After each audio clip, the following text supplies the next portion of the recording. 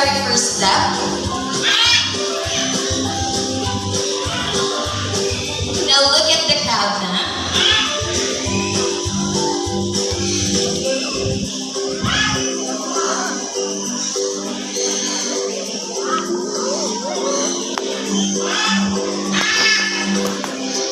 Wow. Okay, now please ma'am, look at the camera. No extra movement and give your best smile. Now ladies and gentlemen, get ready to feel the love in the air as we have here our couples and juniors, Ding and Dong. So some juniors are monogamous birds, meaning they only stay with one partner for life. Sana all. If your partner passes away, that's the only time you'll look for a new partner.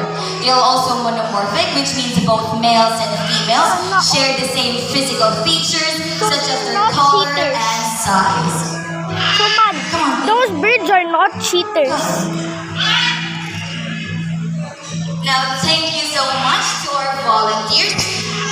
Now, everyone, let's give a big round of applause to our Sun Juniors. And now, for our next act, I need another 2 adult volunteers. Let's have Abby Fresh. Oh, let's have Abby Jennifer instead. And Abby Julia.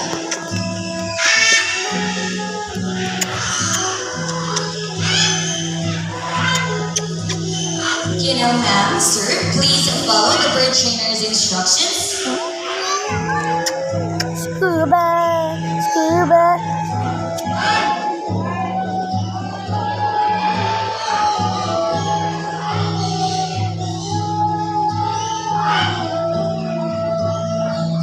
Now, ladies and gentlemen, eyes here on stage and meet our special guests from Indonesia, our twin Gavin Gagatus, Lilo and Luna.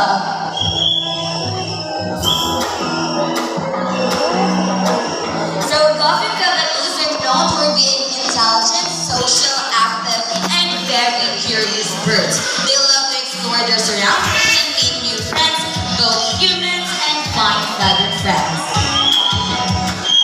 Wala labo to eh. Ganyan na sing lupad-lupad. Okay, let's try it one more